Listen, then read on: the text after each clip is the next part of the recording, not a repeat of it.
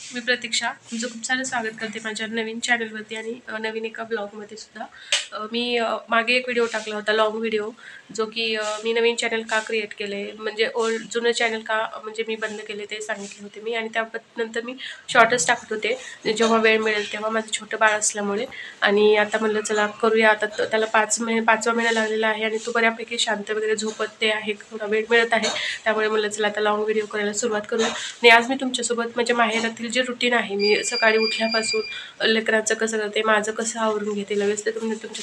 लाडू पहाटे 4 वाजता उठतो आणि मग तो परत 7-8 वाजता झोपी जातो। तो उठेपर्यंत मी माझं सगळं काम आवरून घेते आणि उठल्या उठल्या मी थोडंसं आरशात पाहते, म्हणजे केस वगैरे विंचकले असतील तर मला अगोदर आंघोळीच्या अगोदरच केस विंचरण्याची सवय आहे। आई म्हणते मला म्हाताऱ्या माणसासारखं शिकलीस, पण काय माहिती मला ते सवयच लागले।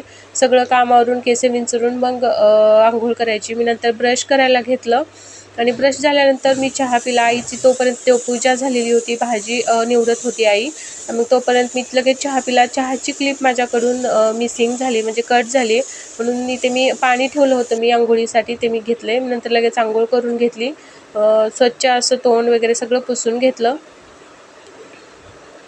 आणि मी डेली म्हणजे रोज गाऊनवरच असते, पण आज मला थोडंसं बाहेर जायचं आहे, पार्लरमध्ये पण जायचं आहे आणि लाडूच्या काड्या ज्या आहेत त्या सोनाराकडून घालून आणायच्या आहेत, त्यामुळे तिकडे पण जायचं आहे, त्यामुळे मी ड्रेसच घातले, नाही तर अदरवाईज मी रोज गाऊनवरच असते। मग नंतर मी लगेच टिकली लावून घेतली। मी पावडर क्रीम वगैरे काहीच लावत नाही, फक्त टिकली लावली की आपलं झालं। प्रेग्नन्सीमध्ये तर पावडर क्रीम वगैरे बाळावर इफेक्ट होतो म्हणून मी काहीच लावत नव्हते, म्हणजे आपल्या क्रीमचा वगैरे हे इफेक्ट होतो म्हणून।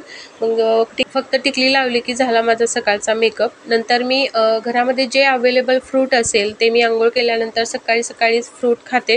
कसं असतं, आपण जे खाणार आपण जे खाईल ते बाळाला जात असतं जोपर्यंत आपण फीडिंग करत असतो तोपर्यंत, आणि फळं पालेभाज्या वगैरे खाणं खूप आवश्यक असतं। त्यामुळे मी घरामध्ये जे अवेलेबल असेल फ्रूट, सीझनवारी असेल किंवा काही असो, ते आता केळी सगळ्या मोसममध्ये अवेलेबल असते, त्या धरूनच तोंडात। किती वेळ झोपला तू? किती वेळ झोपला मॅ? किती वेळ झोपला? नंतर लाडू उठला की थोडा खेळतो आणि मग मी त्याला औषधं पाजवते, मल्टीविटामिन जे डॉक्टरने दिले ते, कमीत कमी 6 महिने तरी पाजवायला सांगितले ते। एक मल्टीविटामिनचा आहे आणि एक म्हणजे विटॅमिन D3, त्याच्यामध्ये झिंक, फॉस्फरस, जे बाळांना आवश्यक घटक आहेत ते दिलेले आहेत, आणि ते मी औषध पाजवते। मग विटॅमिन D3 जे असतं ते आईच्या दुधामध्ये अवेलेबल नसतं, मग त्यामुळे ते विटॅमिन D3 कमी पडू नये बाळांना, त्यामुळे ते डॉक्टर देत असतात। मग मी त्याला बोलत ते सगळे औषधं पाजवते आणि तो खूप छान पितो, त्याला अजिबात त्रास देत नाही औषध पिण्यासाठी तो। मग नंतर आमचं असं थोडंसं खेळणं चालत असतं आईचं स्वयंपाक होईपर्यंत, कारण आईचा स्वयंपाक झाला की आम्ही त्याला आंघोळ घालतो, तर अशा पद्धतीने आई त्याला मालिश करते। आणि आता तो टाळू मागताना वगैरे तो आता हात पकडायला लागला आहे आणि त्याला वाटते टाळू मागूच नाही काही की, मग लगेच आम्ही त्याला आंघोळीची तयारी। हे साबण आणि शॅम्पू आहे, ते डॉक्टरांनी दिलेलेच आहेत त्याच्यासाठी, आणि तो बघा ओळखतो आंघोळ आता घालायची आहे म्हणून। तर अशा पद्धतीने आई त्याला पायावर घेऊन आंघोळ घालते।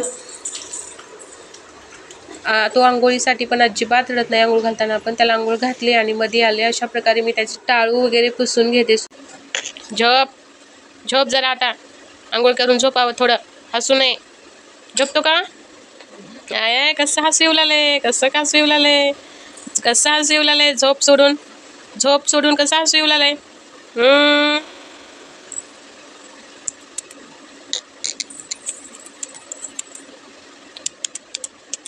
तो सकाळी झोपल्यामुळे झोपत नव्हता, मग त्याला झोळीत मी आज टाकून हलवले आणि तो थोड्या वेळाने लगेच झोपी गेला। तोंडात बोटं घेऊन झोपायची सवय झाली आहे त्याला। तो मग एकदा झोपला की तो 2-3 वाजता दुपारी उठतो, मग मी त्याला कपडे घालते। व्हिडिओ आवडला तर नक्की लाईक करा, चॅनलला सबस्क्राईब करा। बाय.